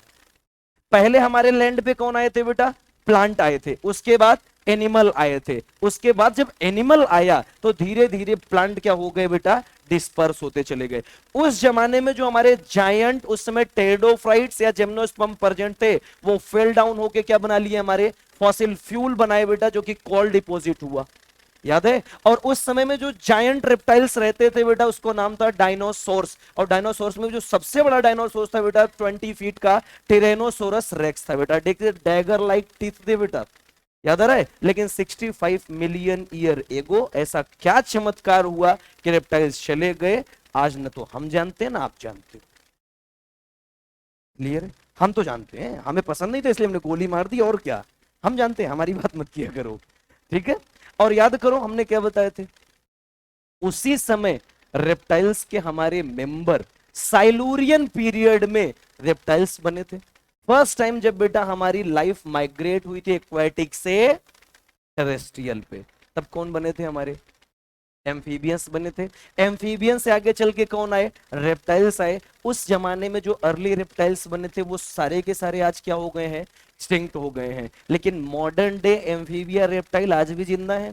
इसी रेप्टाइल से बेटा हमारी दो दो ग्रुप बनी थी, याद करो, सिनेप्सिड ग्रुप और सौरोप्सिड ग्रुप। सिनेप्सिड ग्रुप के मेंबर आगे चल के क्या बनाए, मैमल्स बनाए। सौरोप्सिड ग्रुप के मेंबर क्या बनाए थे, मॉडर्न डे रेप्टाइल्स बनाए थे, मॉडर्न डे बर्ड्स बनाए थे। और मॉडर्न डे पे रहने वाली हमारी रेप्टाइल्स, बर्ड्स और मैमल्स, ये सारी यहां से आई। हालांकि मैमल्स हमारे दूसरे ग्रुप से आए। और हमने ये भी बताया था बेटा 65 उसी समय 200 मिलियन ईयर एगो टेरेस्ट्रियल पे बनने वाली एक लाइफ वाटर में फिर से वापस चली गई, जिसके वजह से कौन है, हमारे इक्योसॉर्स आए थे। याद आ रहा है, याद तो किसी को नहीं था, ये याद तो नहीं था, याद था सर। टेस्ट में जब सिलेबस में नहीं है तो हम क्यों याद करें। अगला टेस्ट कब है तुम लोगों का, 26 को, क्या है, एटीएस पूरा 11th, बस। तो फिर बहुत आसान पेपर है यार, ये तो अपना झिंगेलू झिंगोली भी टॉप कर जाएगा। तेरा कितना है कल वाले पेपर में, आंसर की नहीं है अभी तक, कितना अटेंड की थी तू, तेरा कितना है बे? वो जो कोपचे में बैठा हुआ है कितना है? मैं तेरी बात, अबे यार, कह भी कौन रहा, मैंने तेरी बात ही नहीं की, मैं उसकी बात कर रहा हूं। टेस्ट की अगर बात की जाए तो याद रखना तेरी बात नहीं हो रही, पहले तो साइड हो जाया कर, इस तरह कह रहा है हमारी बात है। नहीं हमें कोई प्रॉब्लम नहीं है बेटा, थोड़ा सा अपने लैंग्वेज को लगाम लगाओ। मैं अगर बेलगाम हो गया ना तो अगले दिन से क्लास में नजर नहीं आओगे। अपने लैंग्वेज पे लगाम लगाओ, और नहीं भी 2 मिनट में बेटा सारी हैकड़ी निकाल दूंगा। मैंने क्या बोला, अपनी लैंग्वेज पे लगाम लगाओ। यहां बोलने का अधिकार तुमको नहीं दिया गया है, सिर्फ हमें दिया गया है। तुमको सुनने का अधिकार दिया है, सुनो। ऐसा कोई काम मत करो कि अगले दिन से बाहर बैठना पड़े, ठीक है। तुम अकेले क्लास में नहीं हो, उतने ही बोलना बेटा जितना यहाँ चल पाए। यहां से तुमको सुनने का अधिकार दिया गया है, बोलने का नहीं। बोलने का उतना ही अधिकार दिया गया जितने से तुम्हारा डाउट क्लियर हो जाए, बस इससे ज्यादा नहीं मत बोलना, ठीक है। कितना है तुम्हारा, है 600, कम कैसे हो गया इस बार।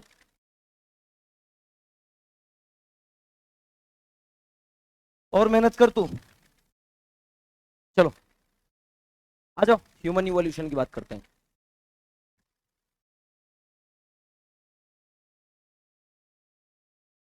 आ जाओ, ध्यान से देख बेटा, जब ह्यूमन इवोल्यूशन की बात की गई तो हमारा जो ऑर्डर बना था बेटा प्राइमेटा, इस प्राइमेटा ऑर्डर से हमारे दो दो हमारे सब ऑर्डर बने थे। एक सब ऑर्डर बना था हमारा प्रोसेमियंस, और दूसरा सब ऑर्डर बना सेमियंस, राइट।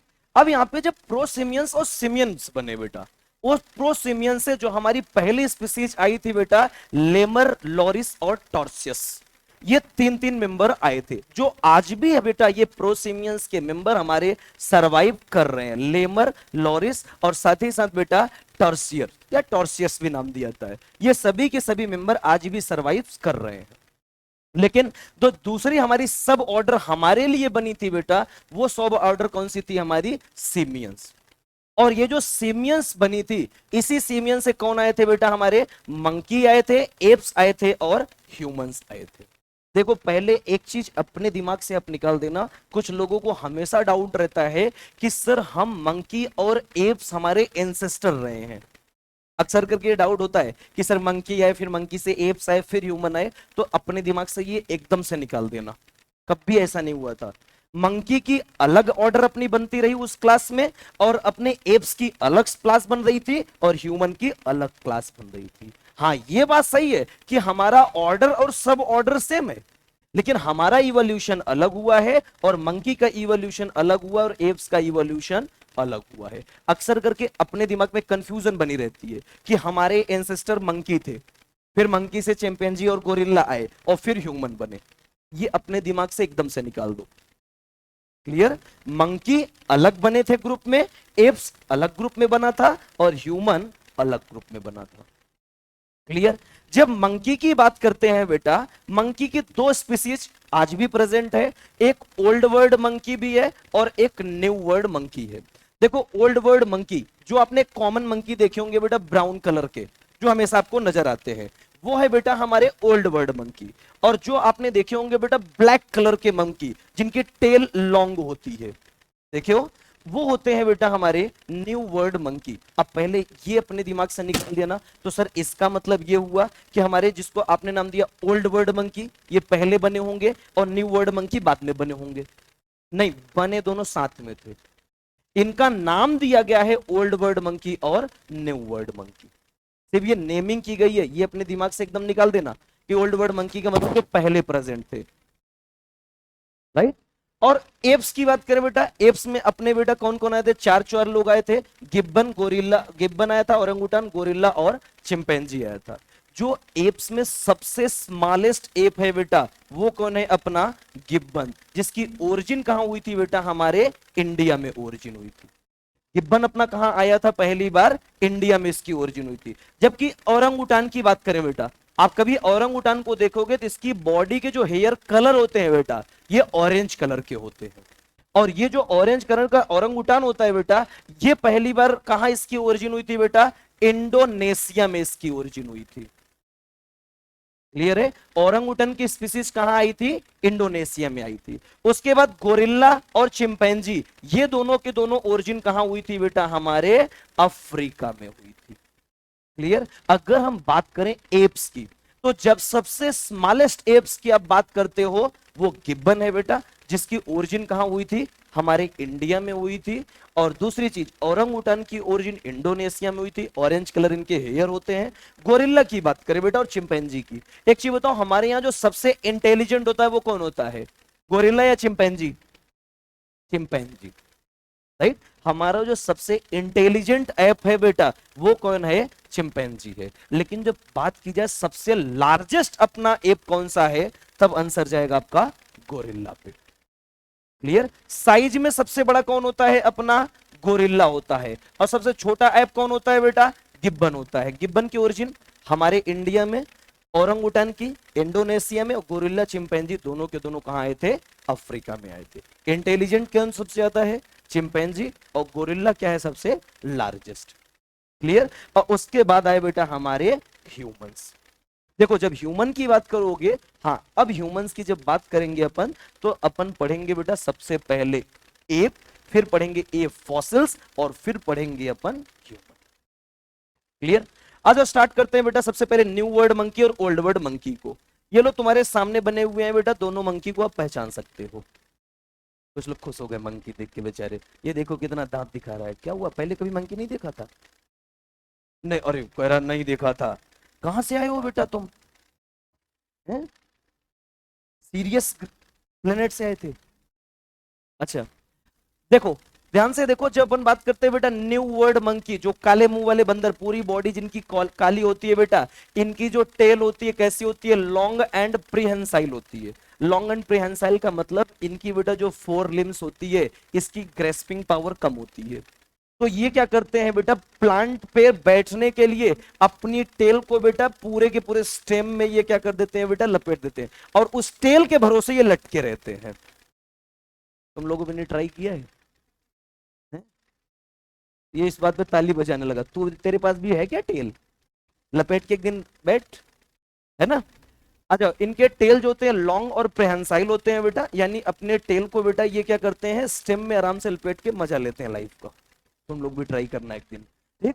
और ये तो आप जान ही रहे हो, ओल्ड वर्ड मंकी, ये आपको जो नॉर्मल देखने को मिलता है बेटा, इसकी टेल बहुत छोटी होती है, क्लियर। और साथ ही साथ ये कैसे होते हैं बेटा, नॉन प्रेहेंसाइल, क्योंकि इनकी फोर लिम्स और हाइंड लिम्स की ग्रेस्पिंग पावर बहुत ज्यादा होती है, क्लियर है।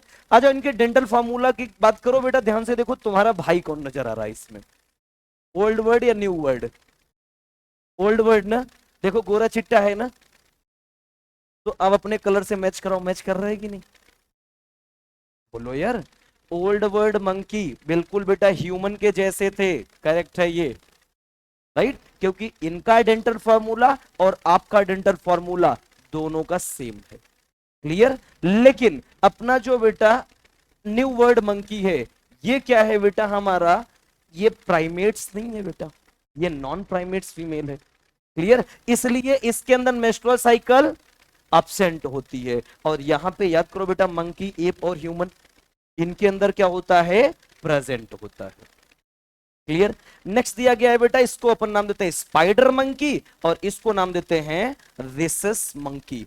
ओल्ड वर्ड मंकी का डेंटल फार्मूला आपसे मैच करता है, मेंस्ट्रुअल साइकिल ह्यूमन से मैच करती है, ये लो बेटा हमारे ह्यूमन के क्या हो गए, ये क्लोजर हो गए, क्लियर। आ जाओ, old word new word monkey के बाद नेक्स्ट आता है बेटा ह्यूमन इवोल्यूशन। देखो, जब ह्यूमन इवोल्यूशन की बात करें, देखो ये हमारे एनसीईआरटी ने कुछ चीजें लिख रखी हैं कि जब अपन बात करते हैं बेटा ह्यूमन की, तो हमारे ह्यूमन और एप्स दोनों के दोनों करेक्टर लगभग मैच करते हैं। जैसे अगर दोनों के बेटा क्रोमोसोमल सिमिलरिटी की बात करें, तो क्रोमोसोम नंबर जो 3 होती है और क्रोमोसोम नंबर 6 की जो बेटा बेंडिंग कैपेसिटी होती है, दोनों की सेम होती है। बेंडिंग कैपेसिटी का मतलब, जो ये हमारे क्रोमोसोम होते हैं बेटा, ये क्रोमोसोम जहां से बेंड होते हैं, इसी को नाम होते हैं बेंडिंग कैपेसिटी। तो क्रोमोसोम नंबर 3 और 6 ह्यूमन और एप की बेंडिंग कैपेसिटी बिल्कुल सेम होती है। तो ये तो बेटा ह्यूमन और एप्स में सिमिलरिटी पाई गई। दूसरी जो सिमिलरिटी पाई गई बेटा, ह्यूमन का डीएनए और एप्स का डीएनए 99% क्या होता है बेटा, सेम होता है। जो एप्स का बेबी होता है ना, एप्स का जो बेबी होती है, उसकी जो खोपड़ी होती है बेटा, उसके बाप से नाम मैच करके उसके चाचा से मैच करती है। ये कैसे हुआ सर? इसका मतलब योगदान पिताजी का नहीं, चाचा जी का ही है फिर, है ना। नहीं बेटा, एनसीईआरटी ने लिख रखा है, हमारे नीट ने ये 2006 में पूछ भी रखा है। यहां दिया है बेटा, skull of baby chimpanzee is more like adult human. जो अडल्ट का ह्यूमन होता है और चिंपैंजी का जो बेबी का स्कल होता है, वो ह्यूमन से मैच करता है। लेकिन जैसे जैसे बेटा फिर अपना चिंपैंजी का अपना बेबी ग्रोथ करता जाता है, तब वो अडल्ट ह्यूमन से मैच नहीं करता है। इसमें तुम देख के बताओ, तुम्हारा कौन सा स्कल है, लेफ्ट या राइट? लेफ्ट वाला, ये हमारा स्कल है, और ये किसका है बेटा, चिंपैंजी का। देखो मैच कर रहा है कि नहीं, है ना। लेकिन ये बेटा बेबी स्कल है चिंपैंजी का, लेकिन जब अडल्ट हो जाएगा तब यही मैच नहीं कर पाएगा, क्लियर। और याद करो बेटा, इनका जो ब्लड ग्रुप होता है बेटा, blood group ABO blood group हमारे में भी होता है, इनके अंदर भी होता है, चिंपैंजी में भी। हीमोग्लोबिन कंटेंट भी लगभग सेम होते हैं, प्लाज्मा प्रोटीन भी लगभग सेम होती है। याद करो, हम लोगों ने पढ़ा था मॉलिक्यूलर होमोलॉजी। मॉलिक्यूलर होमोलॉजी हमने बताया था बेटा, एप्स और ह्यूमन दोनों के अंदर पाई जाने वाली प्लाज्मा प्रोटीन दोनों के दोनों ओरिजिन सेम होती है और फंक्शन भी सेम होती है, क्लियर। तो ध्यान से देखो, यहां लिखा गया है कंपोजिशन ऑफ हीमोग्लोबिन क्या होता है, सेम होता है। एबीओ ब्लड ग्रुप हमने बताया सेम होता है, साथ ही साथ यहां दिया गया है बेटा बोथ सिमिलर प्लाज्मा प्रोटीन। यही तो आप मॉलिक्यूलर होमोलॉजी में पढ़ के आए थे, सिमिलर प्लाज्मा प्रोटीन एप्स और ह्यूमन में, याद आ रहा है। नेक्स्ट दिया है बेटा मेंस्ट्रुअल साइकिल, एप्स में भी प्रेजेंट है, ह्यूमन में भी प्रेजेंट है। साथ ही साथ बेटा टेल दोनों के अंदर एब्सेंट है, और ग्रेस्पिंग पावर हैंड्स की बेटा दोनों की अच्छी है, चाहे चिंपैंजी की बात करें चाहे ह्यूमन की बात करें। लेकिन लोकोमोशन आज भी चिंपैंजी का क्वाड्रपेडल है, लेकिन हमारा कैसा है बेटा, बाइपिडल लोकोमोशन है, ये सिमिलरिटी नहीं है अपनी। क्लियर। अगर बेटा जॉ की बात करें, हमारा जो है बेटा सी शेप्ड जॉ है, जबकि चिंपैंजी का जो होता है वो यू शेप्ड जॉ होता है। क्लियर। ये डिफरेंसेस भी है लेकिन कुछ सिमिलरिटी भी है अपनी। क्लियर। अच्छा, वन बाय वन अपने फॉसिल्स के रिकॉर्ड की बात करते हैं, कब कौन आए थे। ये तुम्हारा एक छोटा सा ग्राफ दिया गया है कि कब कौन आए थे। देखो, जब ह्यूमन की बात करते हैं बेटा, अपन पूरे एंसेस्टर को देखें तो एक अपन देखेंगे एप्स के फॉसिल। आप जानते हो बेटा कि हमारे यहाँ जितने भी रिकॉर्ड मिले हैं उसमें मैक्सिमम रिकॉर्ड कहां से आए हैं बेटा, हमारे याद करो स्टडी ऑफ फॉसिल से आया है। और कहां मिलते हैं ये पूरे के पूरे फॉसिल्स के रिकॉर्ड, ये मिलते हैं बेटा हमारे कौन से रॉक पे, सेडिमेंट्री रॉक्स पे। याद आ रहा है, चार्ल्स लिल ने इसकी स्टडी की थी। याद करो, हार्ड पार्ट ऑफ बॉडी, इसी के प्रिंट मिलते हैं हमें। याद आया कुछ। चलो, एप के फॉसिल मिले, और एप के जो फॉसिल मिले बेटा, ये तीन तीन फॉसिल अपने को मिले हैं, ड्रायोपिथेकस, रामापिथेकस और सिवापिथेकस। एप मैन फॉसिल की बात करें तो एक ही आया था बेटा, ऑस्ट्रेलोपिथेकस। और मैन फॉसिल्स की बात करें तो अपने तीन तीन मिले बेटा, होमो हैबिलिस, होमो इरेक्टस और होमो सैपियंस। याद रखना, ये अभी हम नहीं है बेटा, होमो सैपियंस अपन नहीं है, जो हमसे पहले हमारे एंसेस्टर थे वो होमो सैपियंस थे, हम तो होमो सैपियंस सैपियंस हैं। क्लियर। आ जाओ वन बाय वन, सबसे पहले स्टार्ट करते हैं बेटा एफ फॉसिल को। आ जाओ, तुम्हारे सामने एफ फॉसिल्स लिखा गया है बेटा। आज से 15 मिलियन ईयर एगो पहले कौन हुआ करते थे बेटा, हमारे ड्रायोपिथेकस और रामापिथेकस रहते थे। और ड्रायोपिथेकस और रामापिथेकस की जो बॉडी थी बेटा, इनकी पूरी की बॉडी पे क्या प्रेजेंट थे, हेयर प्रेजेंट थे बेटा। और इनकी जो वॉकिंग थी कैसी थी, चिंपैंजी और गोरिल्ला के जैसी। याद रखना, एफ फॉसिल्स की बात कर रहे हैं, अभी ह्यूमन की बात नहीं कर रहे हैं। तो एक चीज बताओ, गोरिल्ला और चिंपैंजी की आपने बात की, तो गोरिल्ला चिंपैंजी दोनों क्या है बेटा, हमारे एप्स हैं। एक हमारा इंटेलिजेंट एप है और एक हमारा लार्जेस्ट एप है। क्लियर। तो इनकी जो वॉकिंग थी बेटा, बिल्कुल चिंपैंजी और गोरिल्ला की जैसी थी। दूसरी चीज, इनकी बॉडी पे बेटा हेयर प्रेजेंट थे, इसलिए इनको बोला गया था ये हमारे एप्स के एंसेस्टर थे। क्लियर है। और जब बेटा अपन बात करते हैं ड्रायोपिथेकस की, तो ये जो ड्रायोपिथेकस था ना, ये हमारे मैन और एप दोनों के क्या थे, एंसेस्टर थे। क्लियर है, यानी हमसे पहले ये स्पीसीज आ चुकी थी। और उसके बाद बेटा यहां दिया गया direct ancestor of modern day apps, यानी ह्यूमन के ये एंसेस्टर नहीं है बेटा। आज जो आपको एप्स देखने को मिलते हैं, चिंपैंजी हो गया, गोरिल्ला हो गया, ओरंगुटान हो गया, गिब्बन हो गया, इन सभी के एंसेस्टर अपना कौन रहा है, ड्रायोपिथेकस। क्यों नाम दिया गया कि सर ये एप्स के हम कैसे मान लें एंसेस्टर हैं, क्योंकि इनके जो पूरे कैरेक्टर थे बेटा, वो किससे मैच करते थे, एप से मैच करते थे, इसीलिए इनको नाम दिया गया था कि एप के एंसेस्टर थे ये। क्लियर। लेकिन जो हमारे रामापिथेकस और सिवापिथेकस आए बेटा, उसमें जो रामापिथेकस था वो ह्यूमन के जैसा था।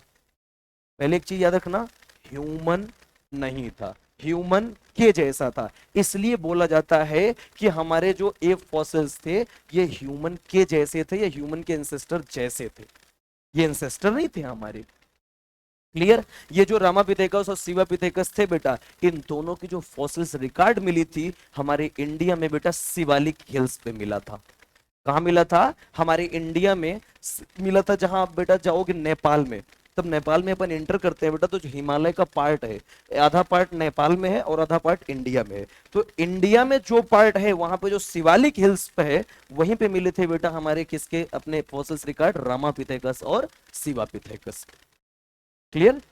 आ जाओ, एप फॉसिल्स के बाद अपनी नेक्स्ट जो रिकॉर्ड आएगी बेटा, एप मैन फॉसिल्स आएगी।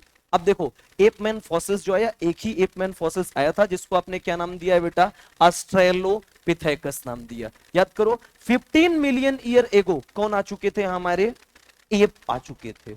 लेकिन आज से बेटा 2 मिलियन ईयर एगो पहले कौन आया, हमारा एप मैन फॉसिल आया था, जिसको नाम दिया गया था ऑस्ट्रेलोपिथेकस। पहले एक चीज अपने दिमाग में बिठाना, किसी को अगर ये कंफ्यूजन हो कि सर ऑस्ट्रेलोपिथेकस का मतलब ये ऑस्ट्रेलिया में आए होंगे, है ना, तो ये कभी मत सोचना। ऑस्ट्रेलोपिथेकस के जो मेंबर थे बेटा, ये कहां दिखे गए थे बेटा, ईस्ट अफ्रीका के ग्रासलैंड में बेटा पाए गए थे ये, राइट। इसीलिए इनको जो नाम दिया गया था बेटा, नाम दिया गया था ऑस्ट्रेलोपिथेकस अफ्रीकैनस। हालांकि आपसे ये कभी पूछा नहीं जाएगा ये जूलॉजिकल नेम। उस जमाने में जो ऑस्ट्रेलोपिथेकस देखे गए थे, इनका नाम था ऑस्ट्रेलोपिथेकस अफ्रीकैनस। क्लियर। अब देखो, अगर हम पूरे ऑस्ट्रेलोपिथेकस की बात करें तो ये बेटा 2 मिलियन से लेकर 5 मिलियन ईयर के बीच में आए थे। जो हमारे ऑस्ट्रेलोपिथेकस के मेंबर आए थे वो 2 से 5 मिलियन ईयर के बीच में आए थे। लेकिन एक पर्टिकुलर स्पीसीज की बात करें, ऑस्ट्रेलोपिथेकस अफ्रीकैनस, जिसको ईस्ट अफ्रीका के ग्रासलैंड में दौड़ते हुए पाया गया था, वो थी बेटा हमारी ऑस्ट्रेलोपिथेकस की वैरायटी जो 2 मिलियन ईयर पहले आई। और ये जब आए तो भाई जिंदा रहने के लिए कुछ तो कुछ खाने पीने के लिए चाहिए, न्यूट्रिशन चाहिए। तो इन लोगों ने क्या किया बेटा, जो रास्ते में पत्थर मिले उठा के फेंक देते थे। अब फेंकने का मतलब जिसके सर पे लग जाए वही मार देते थे। क्लियर। तो ये जो हंटिंग करते थे बेटा, वो किससे करते थे बेटा, स्टोन वेपन से करते थे। और इनकी जो क्रेनियल कैपेसिटी थी वो कितनी थी बेटा, 600 क्रेनियल कैपेसिटी थी। एक चीज बताओ, तुम जब पत्थर उठाते हो किससे, हाथ से उठाते हो पैर से उठाते हो? हाथ से उठाते हैं, है ना। हम भी बेटा पत्थर हाथ से उठा के मारते हैं, ये भी पत्थर हाथ से उठा के मारते थे। हमारे जैसी सिमिलरिटी इनकी थी, इसीलिए इनको क्या नाम दिया गया था, एपमैन फॉसिल नाम दिया गया था। क्लियर। नेक्स्ट पॉइंट यहां दिया गया है बेटा, australopithecus is considered as a connecting link between ape and man. याद करो मैंने क्या बताया था, कनेक्टिंग लिंक का मतलब जिनका दो लोगों से कैरेक्टर मैच करता हो।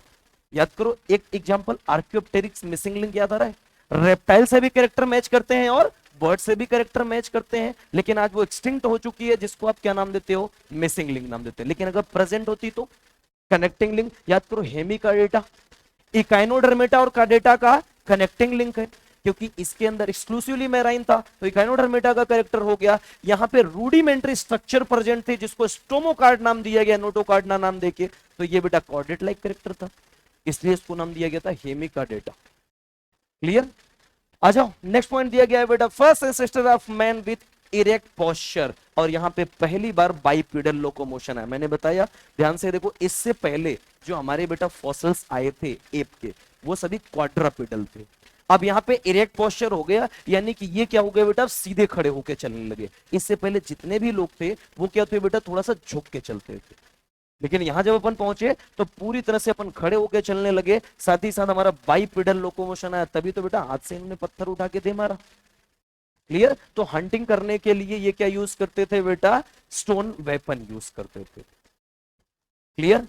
आ जाओ, नेक्स्ट आता है बेटा हमारा एपमैन फॉसिल। और एपमैन फॉसिल अपना एक देखा गया था जिसको नाम दिया गया था बेटा होमिनिड्स। आ जाओ, जब अपन होमिनिड्स की बात करते हैं ना, तो ये जो होमिनिड्स थे बेटा, इनको डिस्कवर किया था बेटा इथोपिया में, जिसका नाम था बेटा ऑस्ट्रेलोपिथेकस अफ्रीनेंसिस।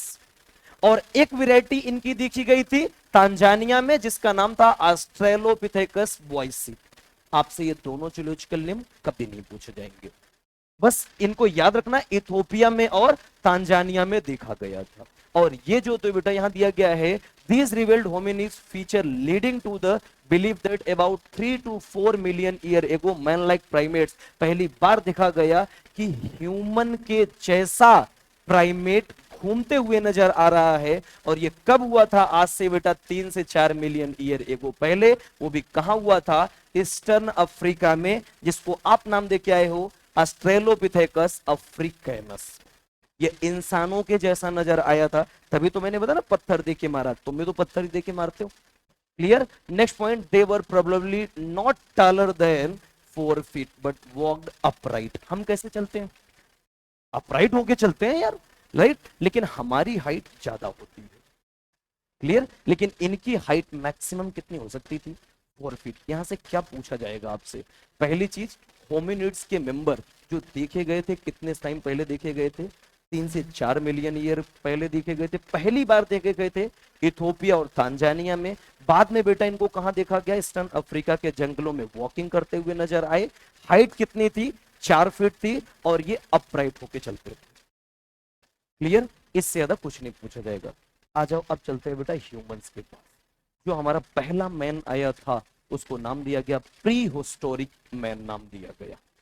क्लियर। फर्स्ट जो अपने ह्यूमंस आए थे उनको नाम दिया गया प्री हिस्टोरिक मैन। और दो लोग आए थे बेटा, एक आया हमारा होमो हैबिलिस और एक आया होमो इरेक्टस। आ जाओ दोनों के बारे में समझते हैं बेटा। जब अपन होमो हैबिलिस की बात करते हैं तो होमो हैबिलिस आज से कितने टाइम पहले आए थे बेटा? 2 मिलियन ईयर आगे आए थे। और होमो इरेक्टस कब आए थे? आज से 1.5 मिलियन ईयर अगो आए थे। देखो एनसीईआरटी ने जितनी कहानी लिख रखी है, आपको इससे ज्यादा कोई पॉइंट याद नहीं करना है। क्लियर? क्योंकि क्वेश्चन इतने में ही बनेंगे। क्रेनियल कैपेसिटी दोनों की अलग अलग है बेटा। अगर अपन बात करें बेटा होमो हैबिलिस की, तो इनकी कितनी होती है बेटा? 650 से 800 सीसी होती है। और ह्यूमो इरेक्टस के जो मेंबर होते हैं, इनकी कितनी होती है बेटा? अपनी क्रेनियल कैपेसिटी 900 टू 1050 सीसी तक होती है। क्लियर? और अगर दोनों के जॉ की बात करें बेटा, दोनों को जो जॉ होता है बेटा, इनका शेप जो होता है कैसा होता है? प्रोग्नेथस होता है। इसका मतलब शेप कैसा होगा बेटा? यहां पे यू शेप्ड होगा। अभी तक जितने भी मेंबर थे, सबका पूरा का पूरा जॉ का शेप कैसा था? U shaped. क्लियर? लेकिन हमारे अंदर जॉ का शेप कैसा है बेटा? सी शेप्ड है। उस समय कैसा हुआ करता था? यू शेप्ड हुआ था। नेक्स्ट पॉइंट दिया गया है बेटा, अगर फूड हैबिटेट की बात करें तो हमारे जो बेटा होमो हैबिलिस के मेंबर थे, ये शुद्ध कैसे थे बेटा? हर्बीवोर्स थे। ये कैसे थे? अपने हर्बीवोर्स थे बेटा। अभी तक इन्होंने कुछ ऐसा नहीं खाया था जिसके वजह से आप इनको ओमनीवोरस नाम दिया जाए। लेकिन पहले ऐसे ह्यूमन आए बेटा, जो कि टूल मेकर नाम दिया गया या हैंडीमैन नाम दिया गया। अब टूल मेकर क्या थे बेटा? उस जमाने में जो इनको बेटा स्टोन मिलता था, उसी स्टोन से ये क्या करते बेटा? फ्रूट तोड़ने का काम करते थे। लेकिन अभी आपने पढ़ा कि सर, अभी आपने बताया कि इससे पहले ये जो मेंबर थे, ये भी तो अपने हंटिंग करते थे स्टोन से ही। लेकिन वहां आप कह रहे हो टूल मेकर, इनको आप कह रहे हो बेटा हंटिंग करते थे। ये कैसे हो सकता है? देखो, सिर्फ पत्थर आपने उठाया, दे मारा, ये हुआ बेटा हंटिंग करना। क्लियर? लेकिन जो बेटा हमारे आए थे होमो हैबिलिस, इन्होंने क्या किया बेटा? उस स्टोन को उठा के उसको शेप और साइज देना शुरू किए। उसके ऊपर क्या हुआ बेटा? पीछे रॉड लगा के उसको बांध के उससे मारना शुरू किए। तो ये क्या हुए बेटा? अपने फर्स्ट टूल मेकर या हैंडीमैन नाम दिया गया। क्लियर है? आ जाओ, नेक्स्ट दिया गया है बेटा होमो इरेक्टस। जो होमो इरेक्टस के मेंबर आए, ये पूरी तरह कैसे थे बेटा? हमारे हर्बीवोरस थे। लेकिन ये कैसे हो गए? अब यहां से ओमनीवोरस हो गए। यहीं से बेटा क्या हुई? हमारी फर्स्ट टाइम ये लोग फायर यूज किए थे। ये लोग, अब यहां से कहानी शुरू हो गई किसकी? ओमनीवोरस की। इससे पहले सारे के सारे मेंबर कैसे थे? हमारे हर्बीवोरस थे बेटा। और इन्होंने फर्स्ट टाइम बेटा फायर अपना यूज किया। और इनकी जो फॉसिल देखने को मिली, तीन तीन फॉसिल देखने को मिली थी बेटा। एक जावा मैन आया था, एक पेकिंग मैन, और एक अपना हेडलबर्ग मैन आया था। और इसमें जो हमारी एनसीईआरटी ने 900 सीसी दे रखी है ना अपनी क्रेनियल कैपेसिटी, वो जावा मैन की दी है बेटा, सिर्फ और सिर्फ। क्लियर? और जो अपने पेकिंग मैन और हिडलबर्ग मैन थे, इन दोनों की क्रेनियल कैपेसिटी अलग अलग थी। क्लियर? अब ध्यान से देखो, जब हमारी एनसीईआरटी लिखती है कि होमो इरेक्टस के मेंबर 1.5 मिलियन ईयर एगो आए, तो ये सिर्फ एक की बात करती है बेटा, जावा मैन की बात करती है। जबकि हमारे पेकिंग मैन और हिडलबर्ग की तो बात ही नहीं करती कभी एनसीईआरटी। क्लियर है? तो इनके जो मेंबर देखने को मिले थे, ये 1.5 से 2.5 मिलियन ईयर पहले देखने को मिले थे। क्लियर है? आ जाओ, नेक्स्ट आता है अपना मैन फॉसिल। और मैन फॉसिल में आपको 3 फॉसिल पढ़ने हैं। एक होमो सेपियंस निएंडरथैलेंसिस, जिसको निएंडरथल नाम देते हैं, एक होमो सेपियंस, और फिर आज की बात करेंगे अपन होमो सेपियंस सेपियंस। क्लियर? आ जाओ, सबसे पहले दोनों के कॉमन नेम की बात करते हैं बेटा। होमो सेपियंस निएंडरथैलेंसिस का कॉमन नेम क्या होता है बेटा? निएंडरथल होता है। और ये जो निएंडरथल के मेंबर थे बेटा, ये कब देखे गए थे? आज से 1 लाख से 40,000 ईयर एगो कौन देखने को मिले? हमारे निएंडरथल देखने को मिले थे। लेकिन ये जो निएंडरथल थे बेटा, इनकी क्रेनियल कैपेसिटी भी अच्छी खासी हुआ करती थी। 1400 तक सीसी तक हुआ करती थी बेटा। याद रखना, सोचने समझने की कैपेसिटी अच्छी खासी थी। और यही बेटा जब हमारे निएंडरथल के मेंबर आए, तो यहीं से बेटा हमारी जो जॉ की शेप थी ना, वो प्रोग्नेथस से धीरे धीरे किस में कन्वर्ट होती चली गई? ऑर्थोग्नेथस में कन्वर्ट होती चली गई। इसका मतलब हमारी जो जॉ का शेप था बेटा, अब किस में कन्वर्ट हो रहा था? यू शेप से किस में कन्वर्ट होता चला गया? सी शेप में। इसका मतलब जो होमो सेपियंस और होमो सेपियंस सेपियंस आए, उन दोनों के अंदर कैसा आपको देखने को मिलेगा? ये सी शेप्ड देखने को मिलेगा। जो क्लियर। और अगर इनके बेटा अपन फूड हैबिटेट की बात करें, ओमनीवोरस सबसे पहले होमो इरेक्टस आए। भाई होमो इरेक्टस ने फायर यूज किया था तो वो लोग हमारे omnivorous हुए, लेकिन होमो एवलिस कैसे थे, हमारे हर्बीवोरस थे बेटा। क्लियर। और ये लोग ओमनीवोरस हो गए। रहते कहां थे बेटा, ये ईस्ट और सेंट्रल एशिया में देखने को मिले। और ये लोग बेटा धीरे धीरे जब इनकी क्या हुई बेटा, इफिशियंसी बढ़ी, इनकी क्रेनियल कैपेसिटी बढ़ती गई, तो सोचने समझने का जब पावर बढ़ा, तो इन्होंने क्या किया बेटा, अपनी बॉडी को प्रोटेक्ट करने के लिए एनिमल स्किन यूज करने शुरू किया। राइट, अपनी बॉडी। लेकिन जो हमारे नियंडरथल आए थे बेटा, इनकी जो पूरी की पूरी मसल्स थी, इनका मसल्स का डेवलपमेंट हमारे आपके जैसा नहीं था, इसलिए ये बहुत ज्यादा दिन तक सरवाइव नहीं कर पाए और धीरे धीरे ये क्या होते चले गए, एक्सटिंक्ट होते चले गए। तो इन्होंने बेटा स्किन की बेटा पूरी की पूरी क्या यूज की थी, एनिमल्स की स्किन यूज की थी अपने आप को बचाने के लिए। लेकिन ये थोड़े से समझदार थे बेटा, ये रिचुअल ब्यूरियल पे बिलीव करते थे। यानी कि ऐसे नहीं अगर किसी की डेथ हो गई जहां मरा उसको छोड़ दो, नहीं, अगर किसी की डेथ हो गई तो उस डेड बॉडी को प्रॉपर ले जाके बेटा दफनाना शुरू कर दिए थे। फर्स्ट टाइम हमारी जो बेटा कल्चर शुरू हुई थी वो कहां से शुरू हुई थी, नियंडरथल से शुरू हुई थी। इससे पहले ऐसा कोई कल्चर नहीं था जो जहां पे मर जाए रास्ते में, कुत्ते की मौत मारा गया उसको वहीं पे सड़ने दो, वहां से हटाने की जरूरत नहीं। तो पहली बार आए हमारे नियंडरथल के मेंबर जिन्होंने बेटा कल्चर की शुरुआत की। क्लियर। और उसके आगे चल के दो लोग आए हमारे, फिर होमोसेपियंस और होमोसेपियंस सेपियंस आया। अब याद करो, पीछे चले जाओ एकदम से, याद करो हम लोगों ने सीनोजोइक एरा पढ़ा था, याद आ रहा है? आधों को तो पता ही नहीं होगा। सीनोजोइक एरा याद आ रहा है? मेसोजोइक के बाद, अरे मेसोजोइक में तीन तीन पीरियड आए थे रे, कौन कौन से, ट्राइएसिक, जुरैसिक, क्रिटेशियस, याद आ रहा है? ट्राइएसिक में डायनासोर आए, जुरैसिक में डोमिनेंट हुए और क्रिटेशियस में मरमरा गए, यही तो पढ़े थे ना। उसके बाद जब हमारा आया था बेटा कौन सा पीरियड, सीनोजोइक एरा आया, तो सीनोजोइक में दो पीरियड आए थे, टर्शरी और क्वार्टरनरी। जो हमारा क्वार्टरनरी पीरियड आया था, दो एपक्स आए थे, याद करो बेटा, प्लेस्टोसिन और होनोसिन, याद आ रहा है? तो प्लेस्टोसिन को नाम दिया गया था आइस एज, याद आ रहा है? उसी प्लेस्टोसिन में कौन आया था, हमारा होमोसेपियंस आया था, आइस एज में अपने आए थे। क्लियर। और जब होलोसीन आया तो होलोसीन में अपन क्या हुए बेटा, ह्यूमन में मैन डोमिनेंट होता गया, इसीलिए उसको क्या नाम दिया गया, एज ऑफ मैन नाम दिया गया था, याद आ रहा है? आज आप ध्यान से देखो बेटा, जब अपन नाम की बात करते हैं तो दोनों का कॉमन नेम, हमारे जो होमोसेपियंस थे इनका जो नेम था बेटा कॉमन नेम क्रो मैग्नन नाम था। और आज की आप जानते हो बेटा, आज की जो जितने भी ह्यूमन है इसको आप क्या नाम देते हैं, मॉडर्न डे नाम देते हैं मैन। क्लियर। अगर इनके टाइम पीरियड की बात करें बेटा, तो आज से 50,000 से 10 ईयर एगो पहले कौन आए थे बेटा, हमारे क्रो मैग्नन आए थे। और 10,000 साल पहले कौन आए, अपने होमोसेपियंस आया, मॉडर्न मैन आया। और 10,000 साल पहले आया, आज भी अपन सरवाइव कर रहे हैं। क्लियर। और अगर बेटा इनके क्रेनियल कैपेसिटी की बात करें, हमसे पहले जो हमारे एंसेस्टर रह चुके हैं उनकी क्रेनियल कैपेसिटी हमसे आपसे अच्छी थी।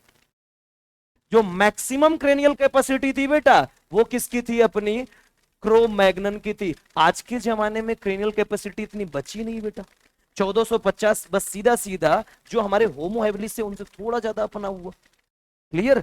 अब रीजन आया सर क्यों कम होता जा रहा है, क्योंकि उस जमाने में एंड्रॉइड नहीं होता था ना, वो दिमाग से काम करते थे, फालतू की चीजें नहीं देखते थे ना, कुछ भी खोल के इनकोग्निटो मोड लगा के कुछ भी देख रहे हैं।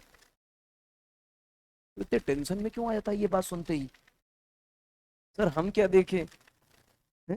पहले ढंग से बैठ, अजीब हरकतें ये हमेशा करता रहता है। कब सुधरेगा तू, अगस्त से आए हो, अब तो सुधर जाओ, ये सीजन बीत जाएगा सुधर जाएंगे। चलो अच्छी बात है। देखो जॉ की बात करें बेटा, दोनों के जॉ जो हमारे बेटा इस समय ये मैन थे, ये कैसे थे, ऑर्थोग्नेथस, और हम भी कैसे हैं, ऑर्थोग्नेथस। दोनों के बेटा जो जबड़े हैं वो कैसे हैं, यू शेप्ड। लेकिन ये तब तक की बात है बेटा जब तक मम्मी का कंटाप ना पड़ जाए। मम्मी का कंटाप पड़ने के बाद कब सी शेप्ड जॉ अपना यू शेप्ड में कन्वर्ट हो जाता है पता ही नहीं चलता है। जिन्होंने कहाँ, अरे सॉरी, सी शेप्ड, वो कंटाप पढ़ने के बाद की कहानी है ना। जब तक बेटा मम्मी का कंटाप नहीं पड़ा हुआ है तभी तक यू शेप्ड सी शेप्ड रहता है, और नहीं तो पत कब अपना यू शेप्ड सी में सी कन्वर्ट हो जाता है यू में, पता ही नहीं चलता। अभी भी कन्वर्ट होता होगा बहुत लोगों का, नहीं होता। ये देखो ये कह रही सर हमारा डेली होता है, क्या करें, मम्मी कुत्तों की तरह मारती है, वो भी कुत्ते के पट्टे से मारती है। आ जाओ, देखो फूड हैबिटेट की बात करें, ये तो आप जानते हो बेटा, जब फायर पहली बार आया था होमो हैबिलिस के पास, सॉरी इरेक्टस के पास, तभी से अपन कैसे हो गए थे, कम्युनी टाइप के हो गए थे, मतलब ओमनीवोर्स हो गए थे। और क्या भाई, जब तक फ्रूट पे जिंदा थे तब तक इंसान थे, ओमनीवोर्स आ गए शैतान हो गए। क्लियर, ये सारे के सारे कैसे हैं, ओमनीवोर्स। अच्छा देखो, जो पहले ओमनीवोर्स हैं वो बेचारे ऐसे देख रहे हैं जैसे हमने उनकी किडनी निकाल ली है। अबे इतना क्यों सोचने लगते हो तुम लोग, इवोल्यूशन की बात करो, खाना जरूरी है, नहीं खाओगे तो इकोसिस्टम डिसबैलेंस हो जाएगा, इसलिए खाते रहो सुबह शाम। ठीक है, आ जाओ स्पेशल फीचर की बात करें, देखो जो होमोसेपियंस आए थे, पहली बार बेटा कुत्ते का पालन किसने किया था, होमोसेपियंस ने किया था। यहीं से बेटा एनिमल्स की डोमेस्टिकेशन शुरू हुई थी, और पहला जो एनिमल डोमेस्टिकेट किया गया था वो था बेटा अपना कुत्ता। क्लियर, अब वो अलग की बात है, आज लोगों के शौक बदल गए, कुत्ता पालते हैं, बिल्ली पालते हैं, ठीक है, लेकिन उस जमाने में लोग सिर्फ कुत्ता पालते थे। पहला जो अपना एनिमल्स का डोमेस्टिकेशन किया गया था वो थे बेटा अपने डॉग्स। क्लियर, लेकिन अगर इनकी बात करें बेटा, ये आज से बेटा कब आए थे, हमारे 18,000 ईयर एगो, अगर आप चाहें तो आप देखेंगे बेटा यहां पे इनके पूरे के पूरे केव के पेंटिंग देखने को मिलेगी। एक बेटा जगह है राइजन एमपी में, तो एमपी में जब आप जाओगे तो जो राइजन डिस्ट्रिक्ट है वहां पे एक केव है जिसका नाम है भीमबेटका। उस भीमबेटका में जाओगे तो आज भी इनकी पेंटिंग देखने को मिलती है। क्लियर, एमपी में बेटा भीमबेटका जो केव है वहां राइजन डिस्ट्रिक्ट में, वहां पे ये पेंटिंग आज भी प्रेजेंट है। ये क्लियर, ये पेंटर हुआ करते थे।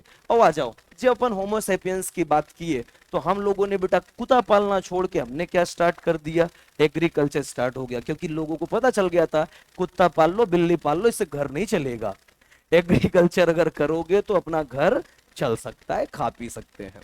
क्लियर, लेकिन कुछ लोग को लगे कि सर जरूरी एग्रीकल्चर करें तभी खा सकते हैं, कुत्ता पाले जिस दिन मन करेगा उबाल के उसी को खा लेंगे, क्या दिक्कत है इसमें, छी करने की क्या बात है, ये देखो डेली खाती है, इसमें क्या दिक्कत है ना। और आज जो बेटा हमारा मॉडर्न डे ह्यूमन है, कब आया था, आइस एज में आया था, ये तो मैंने आपको बताया था कि जो हमारी प्लेस्टोसीन एज आई उसमें क्या आया बेटा, हमारा मॉडर्न डे मैन आया।